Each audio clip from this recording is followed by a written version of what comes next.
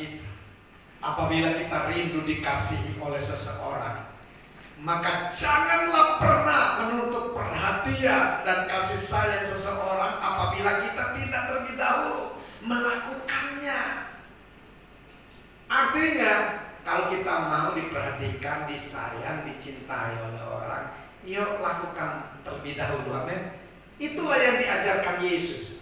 Apa yang engkau inginkan orang lain perbuat buat kita, perbuatlah dulu kepada mereka.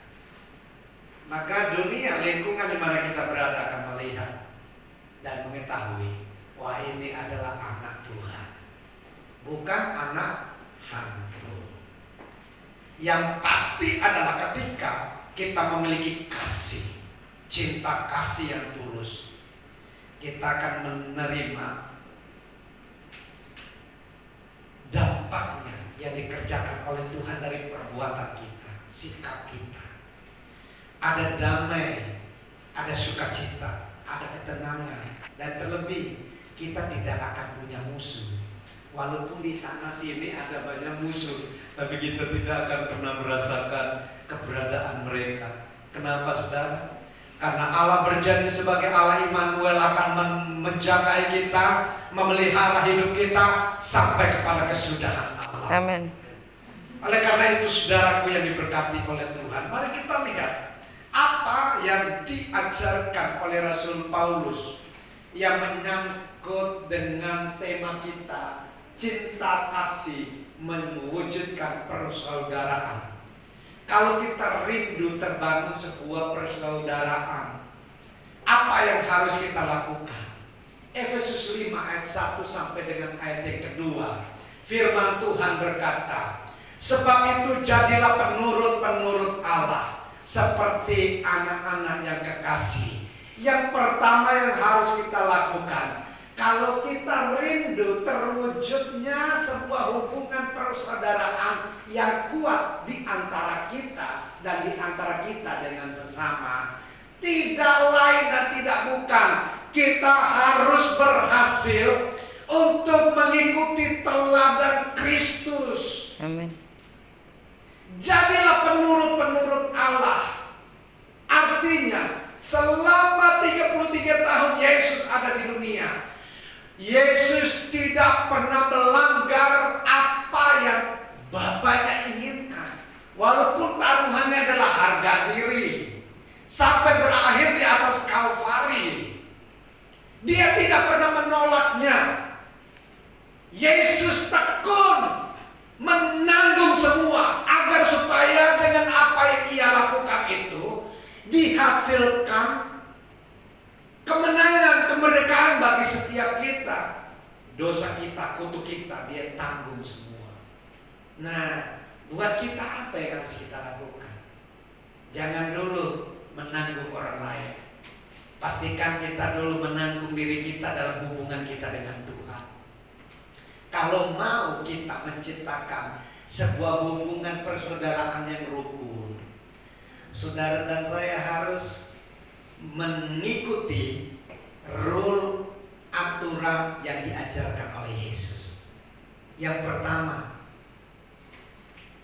harus hidup rukun. Amin. Hidup rukun. Nah, orang yang hidup rukun itu suka gotong royong, ya, kerjasama tim yang baik tanpa berpikir begini,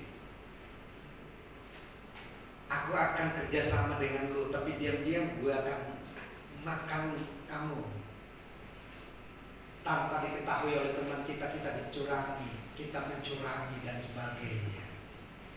Saudara, turuti seluruh hukum-hukum Tuhan. Nah, hukum-hukum Tuhan itu ada di mana? Hukum-hukum Tuhan itu ada di kitab Alkitab, dari Kejadian sampai Wahyu. Baca kitab, jangan putus-putus dan jangan comot-comot ayat. Itu sesat lama-lama. Kalau mau yakini kebenaran dari Alkitab, tidak boleh copot-copot, comot-comot. Harus semuanya include. Kenapa? 66 kitab itu adalah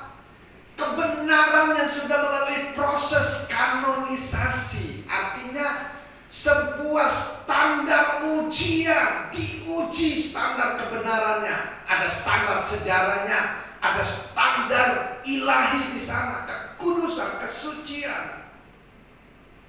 Jadi ikuti aja semua, ya kan? Tapi bagaimana dengan yang najis, makanannya najis? Ingat, memang itu betul. Tapi jangan baca awalnya sampai pertengahan supaya kita tidak sesat. Karena apa? Karena masalah makan minum itu tidak berhenti di tengah jalan, tidak berhenti di hukum Taurat, tetapi itu berlanjut kepada hukum kasih karunia. Semua telah digenapi oleh Kristus Yesus. Waktu penglihatan di Patmos, apa yang Yohanes melihat? Suruh makan coba.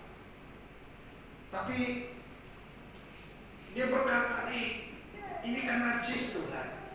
Ya najis itu apa yang keluar? Ya, apa yang keluar? Yang masuk itu halal. Yang keluar itu haram.